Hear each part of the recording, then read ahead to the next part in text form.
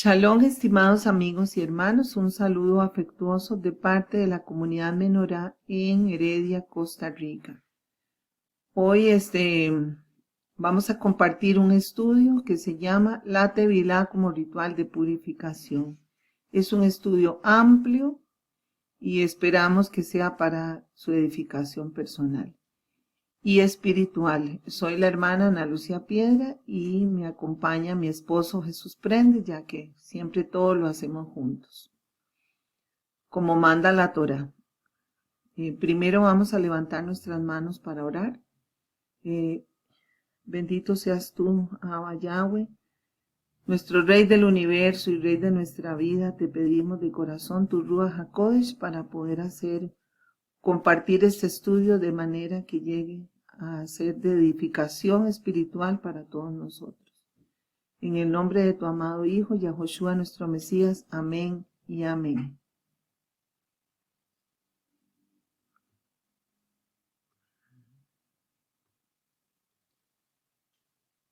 La Tevilá en español se traduce como inmersión y consiste en un ritual de purificación por aguas. El modelo perfecto que tenemos que seguir para realizar este ritual es nuestro maestro Yahoshua, que lo hizo en su momento cuando iba a iniciar su actividad ministerial. Y nosotros tenemos que imitarlo a él en todo, aún en esto. Entonces, pero para hacerlo tenemos que tener el amplio conocimiento de qué es lo que estamos haciendo y con qué razones. Y además encontrar el fundamento que tiene en toda la escritura, no solo en el Brit Hadashah, conocido como Nuevo Testamento, sino en toda la escritura. Vamos a analizar primero cómo el bautismo cristiano, a pesar de que tiene su origen en la Tevilá, fue como concepto, se fue desligando del ritual verdadero como se realizaba desde tiempos antiguos. La palabra griega baptizo no está en el Tanaj, o sea, no está en lo que se conoce como el Antiguo Testamento. Nosotros preferimos usar la palabra correcta, que es Tanaj, que comprende todos los libros de lo que llaman Antiguo Testamento, solamente en el Brit Hadashah. La palabra bautizo, como es griega, solamente se encuentra en el Brit Hadashah, o sea, en el Nuevo Testamento. Esto ha dado origen a la idea de que la purificación por agua es un invento cristiano, es algo que nunca se había realizado en Israel, pero nada más alejado de la realidad. La palabra española bautismo o bautizo viene del latín bautismos y del griego koiné, que quiere decir inmersión, del verbo baptizo, sumergir, y del clásico bañar. O sea, es algo significativo como inundar o cubrir completamente como un fluido. Era la palabra que se usaba cuando se teñían las telas, por ejemplo, que se sumergían varias veces en un tinte determinado. Significa inundar o cubrir completamente. Su uso se extiende también a otros significados como mojar, bañar, y como dijimos antes, teñir, por ejemplo, en teñir en sangre, tal como se usa en Revelación 19:13, cuando dice: está vestido de un manto teñido en sangre y su nombre es el verbo de Elohim. La palabra que está ahí es esa, baptizo. La palabra tevilá, que sería la que está en consonancia con esta, es la griega y viene de la raíz tabal, que significa sumergir, según la concordancia Strong 2881.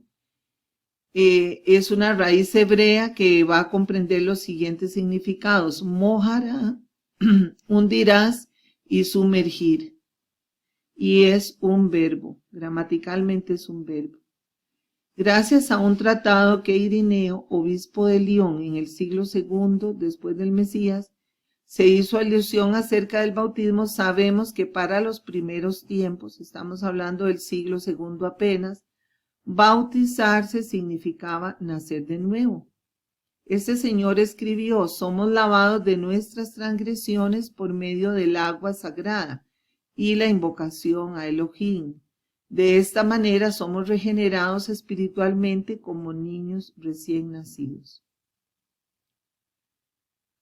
A partir del siglo XII se estableció que simplemente rociando agua bastaba sobre la cabeza, ya que consideraban dentro del cristianismo que era más conveniente la práctica de rociar por aspersión que a través del proceso de inmersión. Esto se les facilitaba en las guerras de conquista, cuando conquistaban pueblos y avanzaban y obligaban a mucha gente a convertirse al cristianismo por la fuerza, bajo coerción, y era entonces más fácil pues simplemente rociar un poquito de agua sobre la cabeza. Eso también lo vimos en América precolombina. Pero esto contribuyó a que se fuera desligando el concepto de Tevilá del concepto de bautismo. Es más, la Tevilá como tal desapareció del mundo cristiano por completo. Además, el bautismo cristiano llegó a ser una determinada aplicación del agua sobre una persona invocando la Trinidad. El cristianismo católico define el sacramento del bautismo como un signo sensible para perdonar el pecado original y cualquiera otro pecado que hubiese en el que se bautiza. Con todo respeto hacia esas iglesias y esas denominaciones que lo hacen de esa manera, pero este concepto no está ligado específicamente a la Tevilá como tal, como se describe en las escrituras desde tiempos inmemoriales. En todo caso, bautizar un bebé para perdonar, el pecado original, pero cualquier otro pecado es un poco incongruente, porque como veremos más adelante, el bautismo, la Tevilá, tiene que ir precedida por el arrepentimiento, y un bebé no puede realizar ese acto de arrepentimiento, no está en condiciones. Nos daremos cuenta de que la Tevilá, que significa sumergir, según leímos anteriormente, es un mandato que viene desde la Torá. Específicamente viene desde el libro del Génesis, su origen, como concepto, y luego como mandato, y en la Torá cuando fue dictada por el Creador a Moisés. Vamos a citar aquí el Brit Hadashah, para que veamos cómo es la relación que tiene este concepto de hacer la inmersión con respecto a la Keilah o a la congregación del Mesías. Dice: maridos, amen a su esposa como el Mesías amó a la Keilah. Él la purificó con el bautismo del agua y la palabra, porque quiso para sí una Keilah resplandeciente, sin mancha ni arruga y sin ningún defecto, sino santa e inmaculada. Efesios 5, 25, 26. Esta Keilah, eso es Israel. Siempre es y ha sido Israel desde tiempos, desde que Yahweh lo dispuso de esa manera. Entonces no podemos aplicar este concepto a iglesias ni a ningún otro grupo o denominación. Sigamos adelante. En esta diapositiva vamos a ver cómo cuando el inmersor hacía un llamado a hacer la Tevilá, lo que estaba haciendo era un llamado a cumplir la Torá, ya que según el hebreo pictográfico, la letra Hei, que es la última de la palabra Tevilá, significa miren, pongan atención. Y la primera letra, la Tao, tiene que ver con la palabra Torá, que es la palabra Torá, que es los mandatos del Eterno. Cuando decía, cumpliendo proféticamente a Isaías, una voz clama, preparada en el desierto, camino a Adonai, allanada en la soledad, calzada para nuestro Elohim, lo que estaba haciendo Juan el Inmersor era un llamado a cumplir nuevamente la Torá, aferrarse a los mandamientos de la Torá. En forma general, ¿dónde aparece este ritual en las Escrituras? Bueno, vemos que en la Torá está en Éxodo 29:4 y Levítico 8:6. En los libros de los profetas está en Nehemías 12:30, en el Salmo 51:7, Isaías 4:4 y Jeremías 4:14. Y en el Brit Hadashah o Pacto Renovado La encontramos en Mateo 3:13, Romanos 6, Efesios, todo el capítulo 6, Efesios 5:26, Tito 3:5 y Hebreos 6:1. Lo invitamos a que usted detenga el video y busque todos estos textos que los estamos poniendo como testigos, como soporte a lo que estamos afirmando, que ese concepto de purificación con agua viene desde el Tanakh y se extiende hasta el Brit Hadashah, o sea, comprende todas las escrituras. ¿Dónde se realiza la tevilá? Bueno, según las escrituras se realiza en una mikvé o colección de aguas, un lugar donde haya colección de aguas. Según la concordancia Strong, la palabra mikvé 4723 significa esperanza, depósitos, lienzos, algo esperado, confianza, una colección, una reunión, un estanque, una caravana. Así lo vamos a encontrar en diversos lugares de la escritura con todos esos significados y tienen relevancia para lo que estamos comentando. En Génesis 1, capítulo 1, versos del 1 al 9, encontramos por primera vez esa lucha entre la luz y las tinieblas en las aguas. En el principio creó Elohim los cielos y la tierra. La tierra era caos y confusión y oscuridad por encima del abismo. Y un viento, o sea, la ruach de Elohim, aleteaba por encima de la mikvé, o sea, de las aguas, de la colección de las aguas.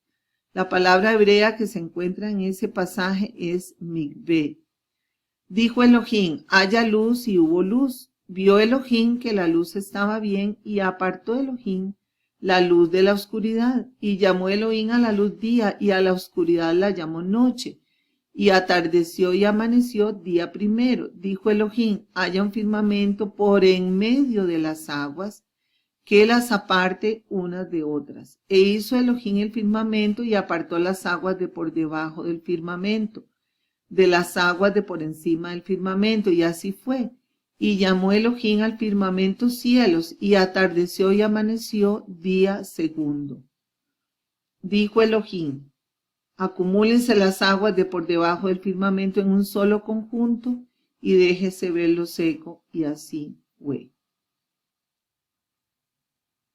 Vemos entonces que esa manera de apartar las aguas para separar la luz de la oscuridad es el concepto, en la mente hebrea es la idea principal que va a tener todos estos rituales de purificación con agua. Cuando usted o cualquier persona hace la inmersión, está partiendo las aguas también con su cuerpo para dividir la oscuridad de las tinieblas de la luz. Exactamente es lo que uno hace.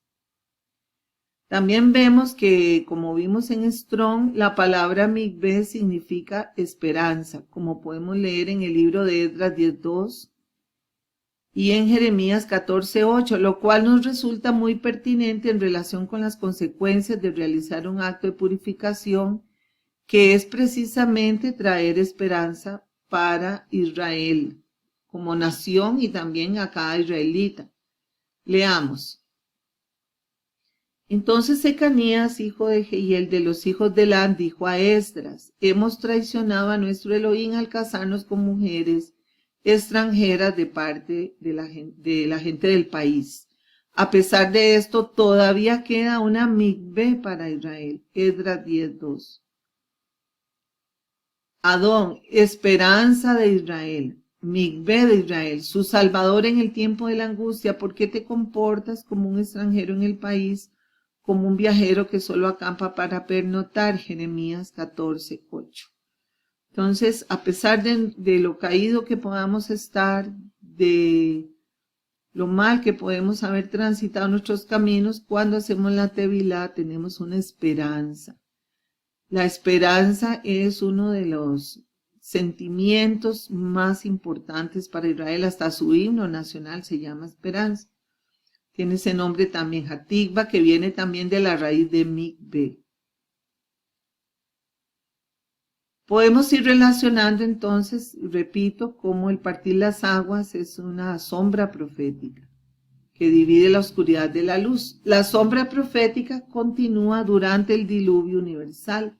La palabra Tevilá, como dijimos, significa inmersión, y durante el diluvio toda la tierra hizo Tevilá para ser purificada de la maldad sembrada por los demonios en el corazón y la mente de los seres humanos.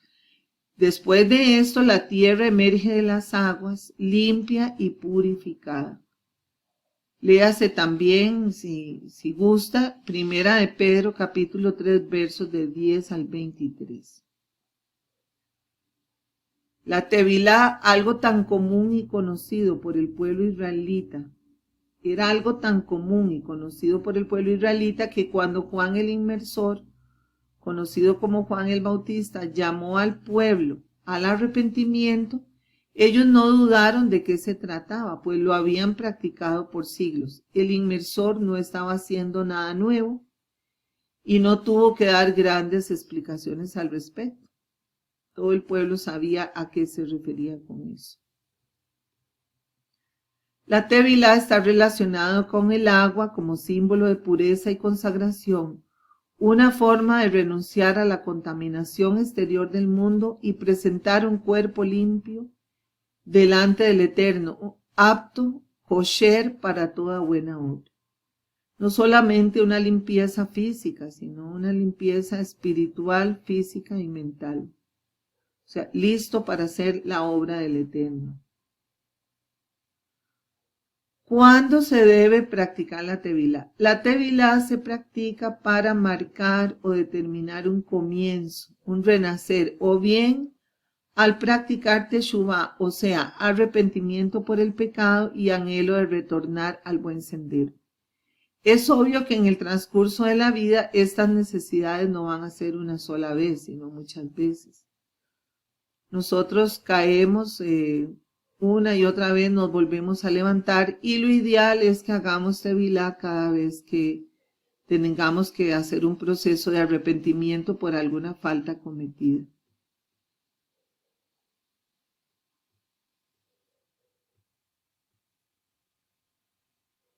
Algunas de las indicaciones para hacer la Tevilá que nos da el Tanaj son las siguientes. Cuando una mujer acababa de dar a luz y el tiempo de purificación varía si nace niño o niña.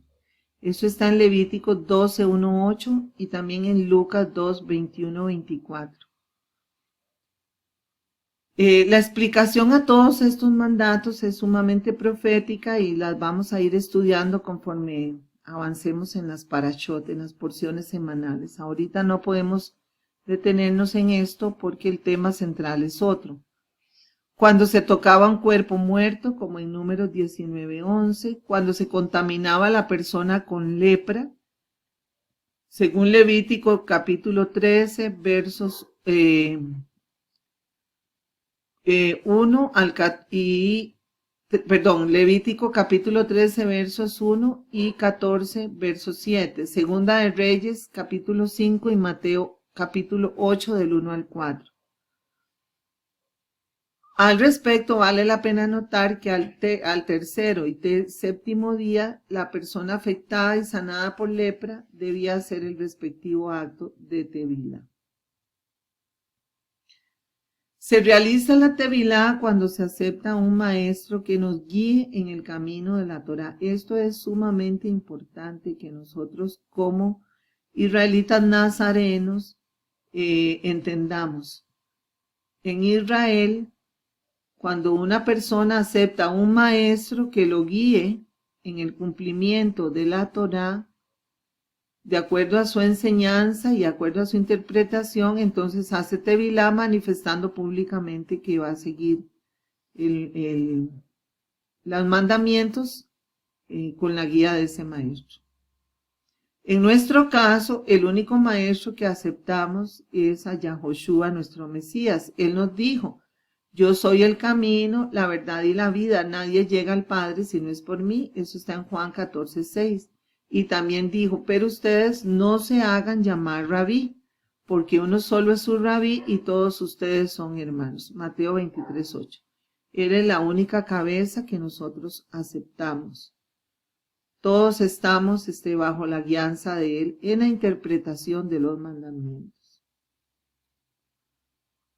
También el Tanaj establece que cuando el hombre se contaminaba por flujo seminal, según Levíticos 15:16, cuando la mujer se contaminaba con la nidad, o sea, el periodo menstrual, sangre de mujer que está con el periodo Levítico 15, 28, 29, cuando se iniciaba en el servicio del Mizcán de reunión para el servicio del sacerdocio o del levita, y se debía hacer en el lavacro, que era una fuente de bronce que estaba en la entrada del Mizcán. Ahorita vamos a hablar un poquito de esto. Y cuando la mujer contrae el compromiso matrimonial. La palabra hebrea Taor, que está compuesta de 3 letras, que es Resh, Hei y Tet, es un adjetivo que indica limpieza, que erradica la corrupción, la contaminación, como se muestra en diferentes versículos de la Torá, que agregamos bastantes para soportar esto que estamos explicando. Entonces, volvemos a insistir, Taor alude a limpieza, pureza, kosher, mientras que la palabra Tamei alude a lo contrario, a lo impuro y a lo corrupto. En este esquemita que tomamos de internet vemos entonces ese proceso que lleva la persona que inicia el camino de la Torá. Como está Tamei, está en muerte totalmente, está corrupto, no apto. Realiza los rituales de purificación, se limpia, pasa a ser Taor, y entre esos rituales está la Tevilá, y posteriormente llega a ser una persona Kadosh, o sea, una persona en santificación, lo cual lo conduce a la vida. ¿Dónde se menciona primero la Tevilá en el Tanaj? Bueno, aparte de lo que habíamos hablado, la sombra profética en Génesis, en la Torá se lee que antes de la promulgación de la ley, o sea, de la Torá en el monte Sinaí, Elohim ordenó al pueblo que lavaran sus prendas de vestir como un acto simbólico de purificación. Éxodo 19:10. Ellos tenían que lavarse ellos y lavar sus prendas, presentarse totalmente impecables. Este concepto de la ropa limpia y resplandeciente sin mancha se va a mantener en toda la escritura hasta que lleguemos al libro de Revelación, cuando los salvados están vestidos de un blanco resplandeciente. Vemos 2 ocasiones importantes en las cuales se practicó la limpieza ritual en el Tanaj y tienen que ver con nosotros. Primero, la limpieza por agua realizada por Moisés, Aarón y a sus hijos. Y llevarás a Aarón y a sus hijos a la puerta del tabernáculo de reunión y los lavarás con agua. Éxodo 40:12. Hemos encontrado páginas en donde se demuestran excavaciones arqueológicas la abundancia de mikvé o piscinas rituales que existían en las ciudades sacerdotales, las ciudades levíticas. Sabemos que los sacerdotes primero hacían la mikvé en su casa o en su localidad en la ciudad, y luego, como caminaban hasta el Mizcán, entonces al llegar allá pues se lavaban los pies y las manos. Ya iban limpios en general, pero se limpiaban todo lo que habían contraído en el camino. Este lavado realizado por Moisés fue una sola vez en la vida de Aarón. Nunca fue repetido de nuevo. Otro lavado hecho por Moisés con el objetivo de consagrarlos para el ministerio sacerdotal. El lavado para consagración fue hecho de una vez y para siempre y no sería repetido. Igualmente podemos ver aquí la sombra profética del lavado de pies que hizo Yahoshua antes de morir, en el día de que celebró el Pesaj con sus discípulos. Él le lavó los pies a ellos. Ellos ya venían limpios, ya habían hecho la Tevilá en la mikvé, porque se estaban aprestando para celebrar la fiesta sagrada.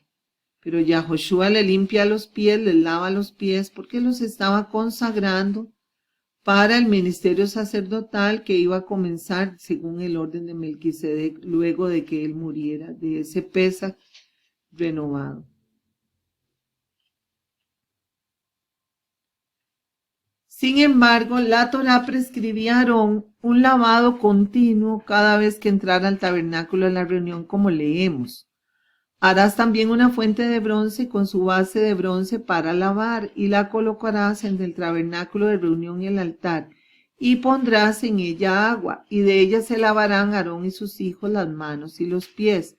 Cuando entren en el tabernáculo de reunión se lavarán con agua para que no mueran. Y cuando se acerquen al altar para ministrar, para quemar la ofrenda encendida por el Eterno, se lavarán las manos y los pies para que no mueran, y lo tendrán por estatuto perpetuo él y su descendencia por sus generaciones. Éxodo 30, 18, 21. Como repetimos, ellos hacían la inmersión completa en el río, en una fuente, en un estanque, y luego en el camino se ensuciaban las manos y los pies, y era lo que lavaban antes de entrar. Todo eso tiene mucha simbología profética, porque los pies representan también el caminar en el camino de la Torá, y las manos las acciones del hombre. También se hacía la tevilá para consagración de los levitas. Eso está en Levíticos 8, 5 al 17. Los levitas eran los hijos de Leví, que más tarde el Eterno los llama al sacerdocio, porque fueron los únicos que se opusieron al becerro de oro en las rebeliones en el desierto. Por esta actitud el Eterno les da el sacerdocio. Un levita es alguien que ayuda, ya que Leví significa conectar, o sea, hace un lazo entre los suyos. Su llamado al servicio era a los 25 años, pero a los 30 comenzaban a servir como tal. Ellos tenían que tener un entrenamiento en la tienda de reunión después de que pasaban por la tevilá. Juan el Bautista, o más exactamente como se le conoce en hebreo, Yohanan Hamabdil, o sea, Juan el Inmersor, era un levita porque era hijo de Zacarías, que era un cohen, un sacerdote. Entonces él tenía el entrenamiento completo en este ritual y lo podía aplicar en las personas. Bueno, ¿dónde se realiza la tevilá? La tevilá, ya lo habíamos mencionado, pero lo vamos a repetir, se realiza en una mikvé. Es una palabra hebrea que significa cuerpo, colección de aguas vivas. Se llaman aguas vivas a las aguas que corren, que no son estancadas. Por supuesto que tienen que ser aguas limpias. No se va a sumergir una persona en un agua contaminada. Esto cumple el principio de que el agua arrastra y se lleva todas nuestras impurezas que no quedan estancadas. Para tal efecto, el pueblo israelita construye piscinas en los lugares de reunión, y aún lo hacen. Ellos en las sinagogas tienen una mikvé, algo que mucha gente no conoce, que ellos hacen una inmersión en agua ritual. Aquí tenemos una foto de una mikvé construida de ese tipo. El agua que usan usualmente es agua de lluvia, agua purificada, limpia, y tiene la profundidad necesaria para que la persona se sumerja por completo. En caso de que no exista la posibilidad de tener una mikvé, la tevilá se puede realizar en un río, en un lago o en el mar, porque también son colección de aguas que corren. Eso está en Segunda de Reyes, capítulo 5, Mateo 3, 13 al 17, etc. Aquí ponemos varios versículos de soporte. Como repetimos, lo esencial es que el nivel de agua debe ser adecuado, de tal manera que la persona el cuerpo quede totalmente sumergido y que las aguas no sean estancadas. O sea, no se puede hacer en una piscina inflable ni cosa por el estilo, como realizan algunas personas. No es lo adecuado. Dice la palabra: volverá a compadecerse de nosotros, hollará nuestras iniquidades. Sí, arrojarás a las profundidades del mar todos nuestros pecados. Miqueas 7:19. También dice: me sacó del hoyo de la destrucción, del lodo cenagoso, asentó mis pies sobre una roca y afirmó mis pasos. Salmo 42. Entonces tiene que ser agua limpia, no puede ser un hoyo cenagoso. ni tampoco un agua estancada donde otras personas hicieron la tevilá, porque ahí quedan sus impurezas y entonces al entrar usted al agua no se limpia, sino que más bien se contamina con las impurezas de otras personas. Tiene que ser agua corriente, que corra. El acto de tevilá debe hacerse con mucho pudor, respeto y decencia en presencia de 2 o 3 testigos, como ordena la ley judía en todos sus actos y rituales. Se acostumbra desde la antigüedad hacerla invocando al maestro rabí que enseñó al discípulo o lo guió en la inmersión. En nuestro caso, por supuesto, lo hacemos en el nombre de Yahoshua el Mesías, así como él lo indicó a sus discípulos. Dice, entonces dijo, ¿en qué nombre pues fuiste sumergidos? Ellos dijeron, en el de Juan. Y dijo Pablo, Juan bautizó con bautismo de arrepentimiento, diciendo al pueblo que creyesen en aquel que vendría después de él, esto es, en Yahoshua el Mesías. Eso está en Hechos 19, 4, 5. Entonces, esas personas a los que se estaba dirigiendo Shaul, tuvieron que nuevamente hacer la tevilá en el nombre de Yahoshua. Vamos a ver algunos versículos del Tanán como del Brit Hadashah sobre la purificación con agua. Y llevarás a Aarón a sus hijos a la puerta del tabernáculo de reunión y los lavarás con agua. En aquel tiempo habrá un manantial abierto para la casa de David y para los habitantes de Jerusalén, para la purificación del pecado y de la inmundicia. Esparciré sobre vosotros agua limpia y seréis limpiados de todas vuestras inmundicias y de todos vuestros ídolos os limpiaré. Ezequiel 36, 25. Entonces aquí, bueno, dejamos otros versos. Usted puede detener el video y leerlos con detenimiento, todos con respecto a la purificación con agua que se estableció desde tiempos antiguos. Simbólicamente, todo el pueblo de Israel recibió la inmersión o fueron bautizados grupalmente en una forma milagrosa.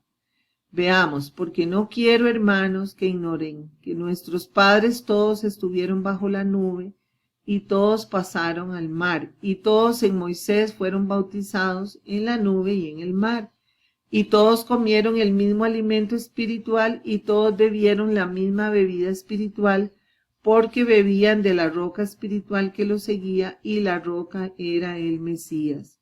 Primera de Corintios 10, 2, 4. Un interesante caso de una inmersión grupal. Así también nosotros, para poder alimentarnos de la comida espiritual y la bebida espiritual que es el Mesías, según Juan 6, 54 y 55, para participar del Pesach debemos realizar previamente la tevilá. Requisito previo a la inmersión es el arrepentimiento. La escritura dice, no os engañéis. Elohim no puede ser burlado, pues todo lo que el hombre sembrare, eso también segará, en Gálatas 6, 7. Cuando hagas un voto a Elohim, no tardes en cumplirlo, porque a Yahweh no le agradan los necios. Cumple tus votos. Vale más no hacer votos que hacerlos y no cumplirlos. Eclesiastés 5, 4 al 5. Bautizaba Juan en el desierto y predicaba el bautismo, o sea, la inmersión de arrepentimiento para perdón de pecados. Marcos 1, 4. Y él fue por toda la región contigua al Jordán, predicando la inmersión del arrepentimiento para perdón de pecados. Lucas 3, 3. Hacer la inmersión, primero el arrepentimiento y hacerla con muchísima responsabilidad propia de parte de nosotros, porque aquí dice, con Abba no se puede jugar. No podemos estar yendo de un momento a otro en la vida sin ninguna constancia. Si vamos a hacer un voto, tenemos que cumplirlo, porque si no, pues Abba nos lo va a demandar, así como dice la escritura. Siempre hemos insistido a las personas en nuestra comunidad cuando hacen la tevilá este aspecto. La fe, el arrepentimiento y la inmersión son requisitos de salvación, no son optativos.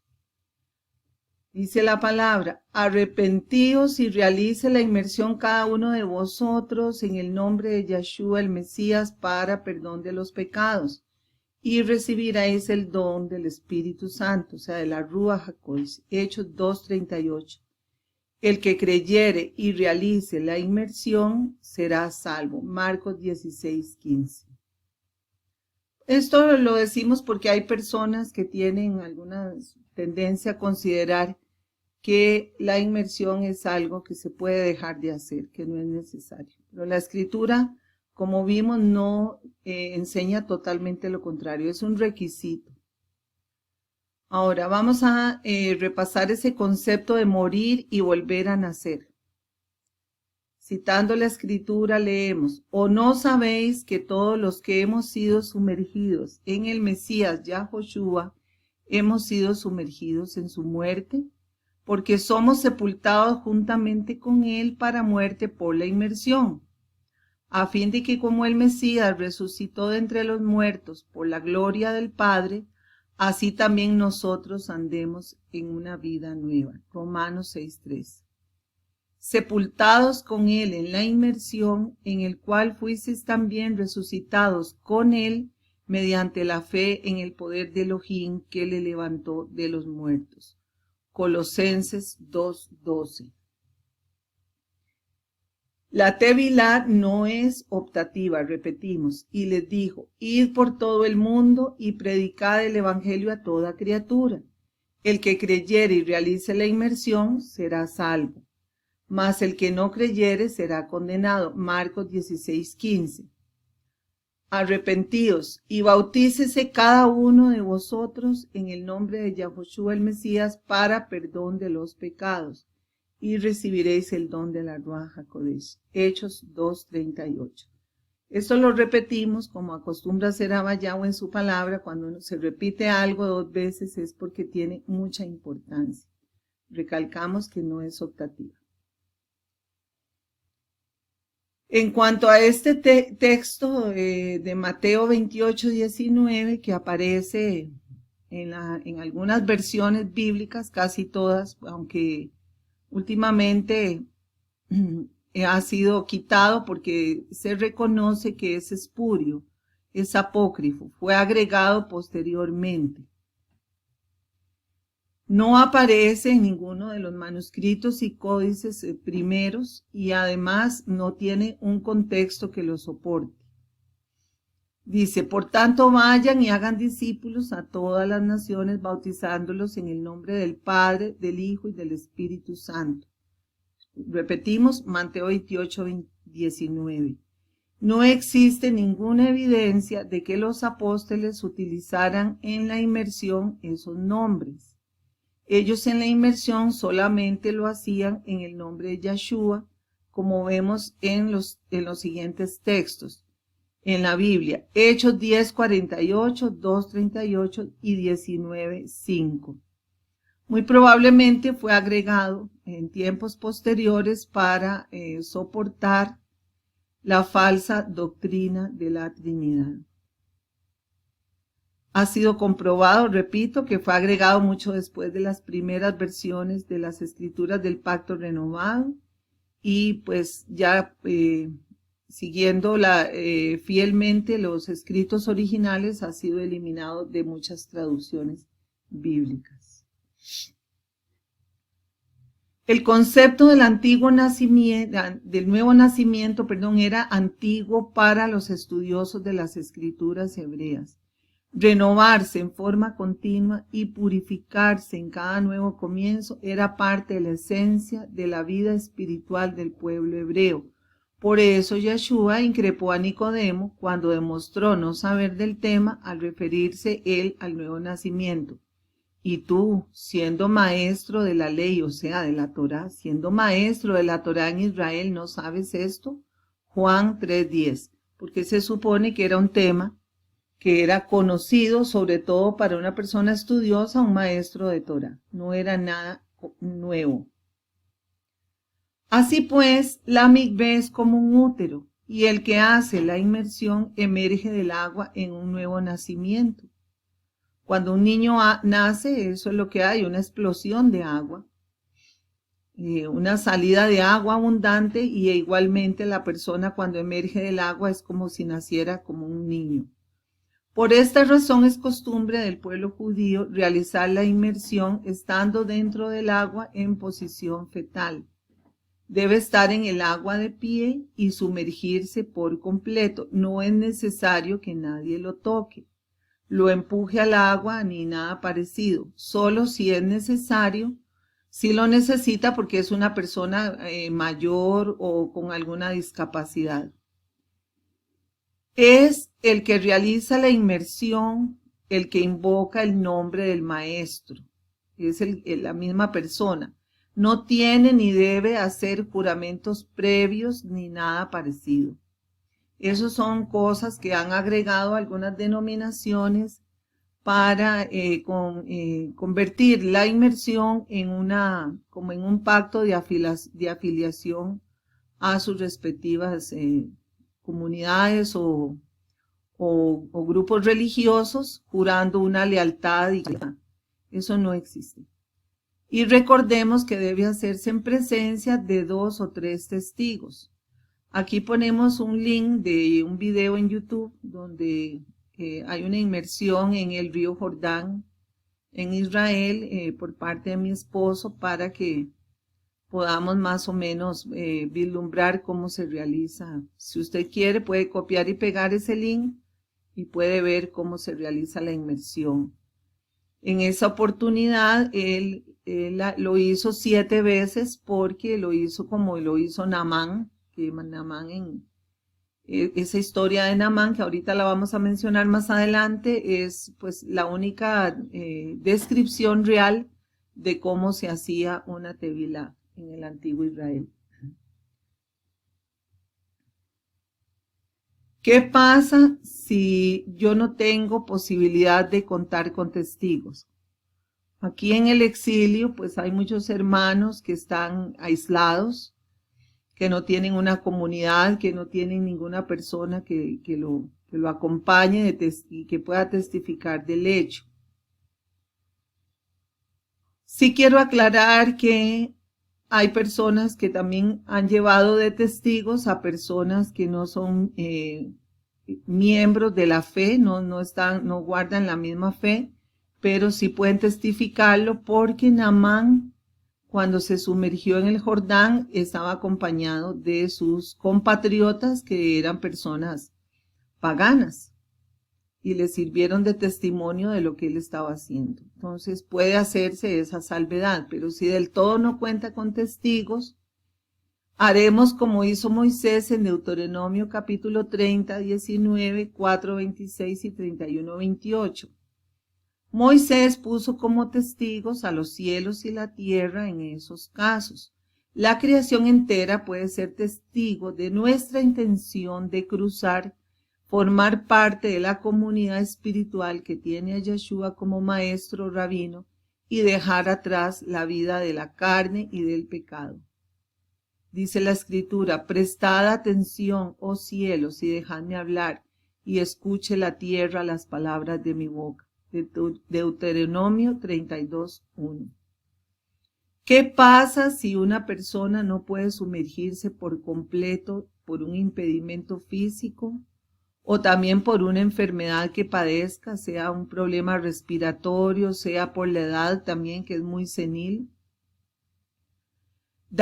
Bueno, hemos planteado, consultando con expertos en el tema de Israel, esta solución.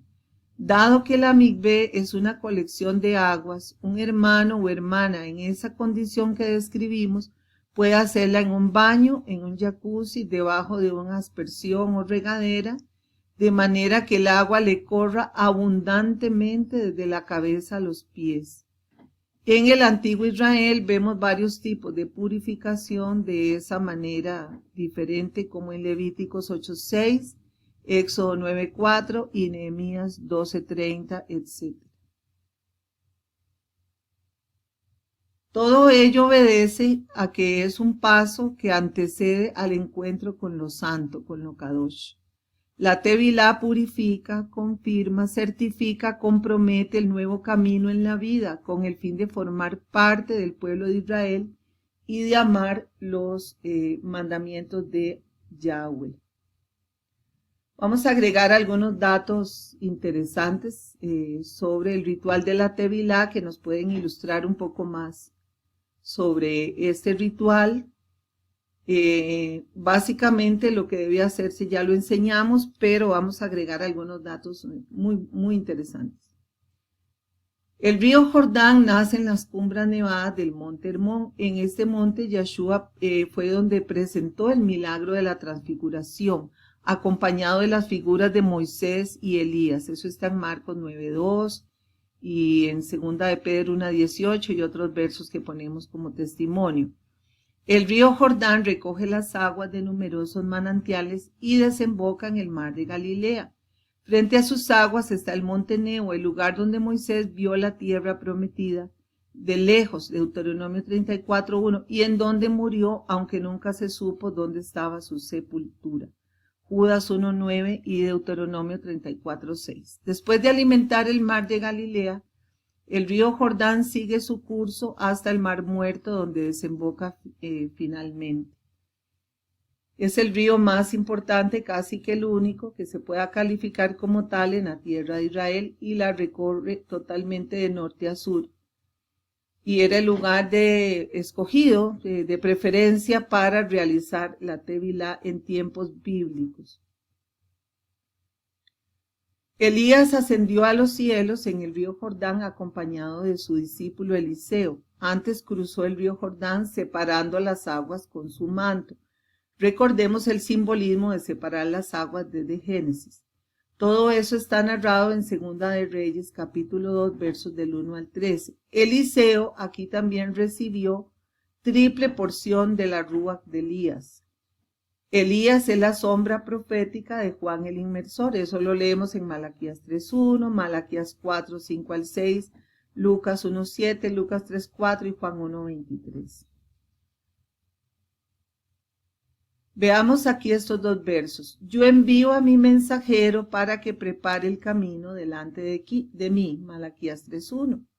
Una voz proclama, preparen en el desierto el camino del Adón, tracen en la estepa una senda para nuestro Elohim. ¿Cuáles son esas sendas que había que trazar?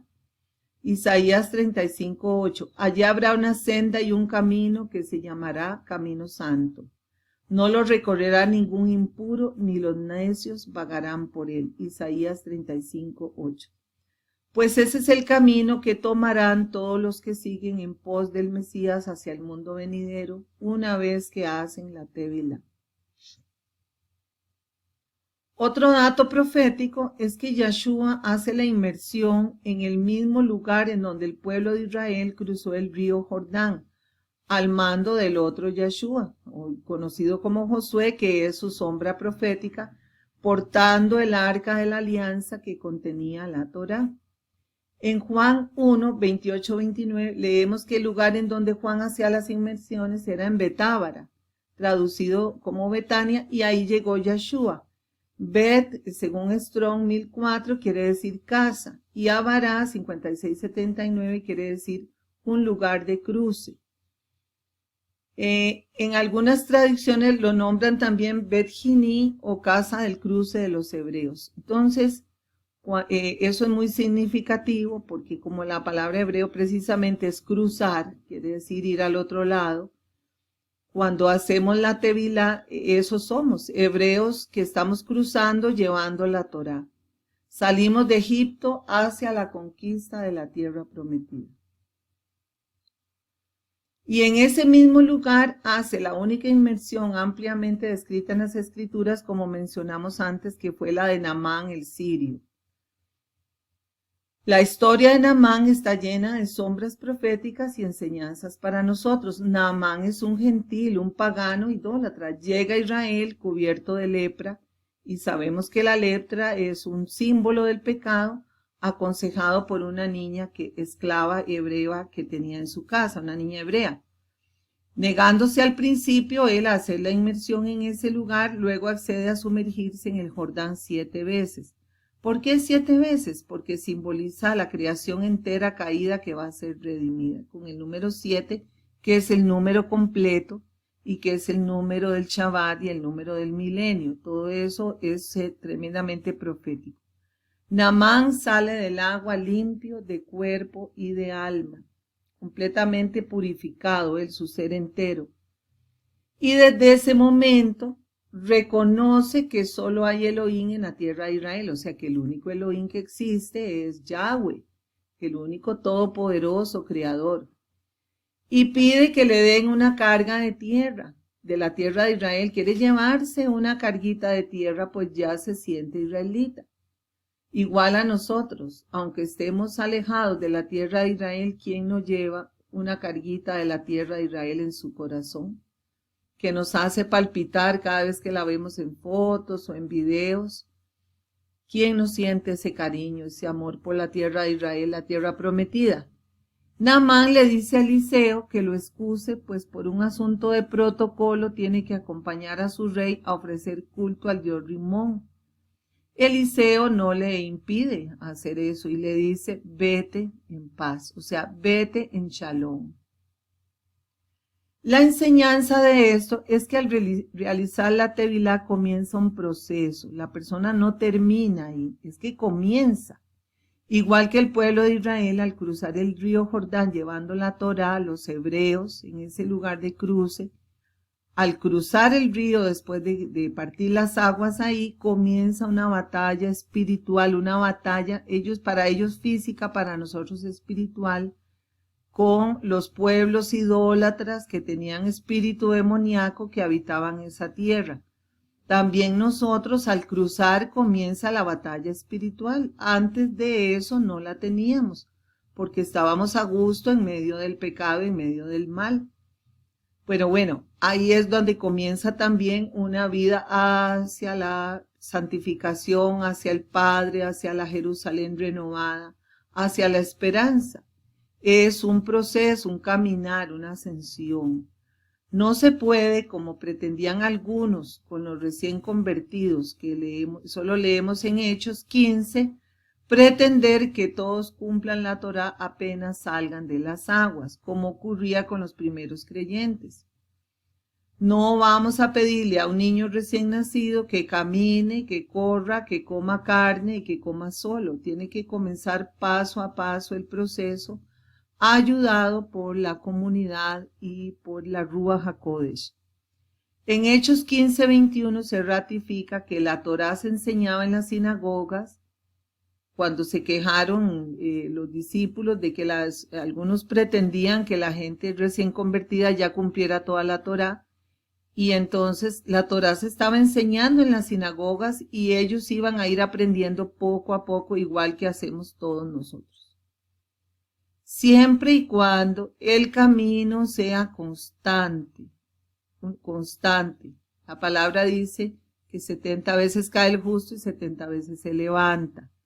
Pero eso no quiere decir que deliberadamente una persona puede estar jugando con la palabra de Abba, con la comunidad y con la Ruach HaKodesh. No puede. Tiene que ser un proceso de verdad serio y comprometido de seguir avanzando en el camino. Si una persona pasan años y años y está en la misma situación, en su misma condición, siempre violando el Shabbat, siempre trabajando en Shabbat, siempre así comiendo de todo, siempre, etcétera, todos los mandamientos de la Torá, pues es evidente que esa persona en realidad no está cumpliendo su compromiso. Igual que un niño recién nacido, si una madre o un padre ven que no crece, que no tiene autonomía, que no se alimenta solo, entonces ya pueden pensar que ese niño tiene alguna atrofia o algún tipo de problema. Es exactamente igual a comparación. La palabra dice que la senda del justo es como la luz de la aurora, que va en aumento hasta que el día es perfecto. Por tal motivo en nuestra comunidad recibimos a los hermanos a hacer la tevilá que han aprendido enseñanzas básicas, Nosotros tenemos un listado de puntos que constituye la emuná de nuestra comunidad y esperamos que los hermanos pues ya tengan ese conocimiento de esos puntos básicos y que estén haciendo lo posible en crecer y avanzar, aunque todavía no puedan cumplir todos los mandamientos por razones similares a las que expuso Naamán, o sea, compromisos con el mundo gentil. No podemos aceptar si una persona que deliberadamente viole los mandamientos y sobre todo ya después de haber hecho el compromiso con el Padre y haber hecho la inmersión y retroceda deliberadamente en busca de la carnalidad o de una ganancia personal. Pero si la persona está haciendo el esfuerzo y manifiesta su fe en las enseñanzas básicas, puede seguir adelante en el proceso de la inmersión. ¿Qué pasa después? ¿Qué pasa después de que la persona hace la inmersión? Leamos. Entonces les dijo, vayan por todo el mundo, anuncien la buena noticia a toda la creación. El que crea y haga la inmersión se salvará. El que no crea se condenará. Por supuesto, entendiendo, hago aquí una anotación de que creer es vivir la palabra. Porque la palabra fe, que se traduce como fe, la emuná, no quiere decir solo que yo crea, y tiene que traducirse en acciones. Sigamos. El que no crea se condenará, y estos prodigios acompañarán a los que crean. Arrojarán a los demonios en mi nombre y hablarán nuevas lenguas. Podrán tomar a las serpientes con las manos, y si beben un veneno mortal no les hará ningún daño. Impondrán las manos sobre los enfermos y los curarán. Marcos 16, 15 al 18. Todos estos contenidos tienen un simbolismo profético y hemos visto cumplimiento de esto en nuestras vidas y en las vidas de las personas que han decidido tomar este camino. Sabiendo que las serpientes representan al demonio y sus secuaces, no nos pueden hacer daño.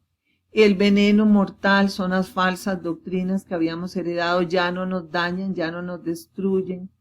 Estamos viendo muchos enfermos sanarse. Y también estamos hablando nuevas lenguas porque estamos aprendiendo poquito a poco el hebreo y las lenguas escriturales y muchas otras lenguas para poder enseñar a muchas personas este mensaje. Ustedes ven que todos estos comentarios están plagados de palabras en hebreo, muchas con un origen muy antiguo. Abba nos ha bendecido. Cuando llegue el derramamiento de la lluvia tardía, habrá aún más manifestaciones espirituales. Estamos en espera de eso. Y bueno, estamos muy contentos en realidad de haber seguido este camino. Lo invitamos a usted y a cualquiera a que tome la decisión de hacer la tevilá y caminar detrás de nuestro Mesías Yahushua. Con este mensaje, con esta diapositiva damos final a este mensaje.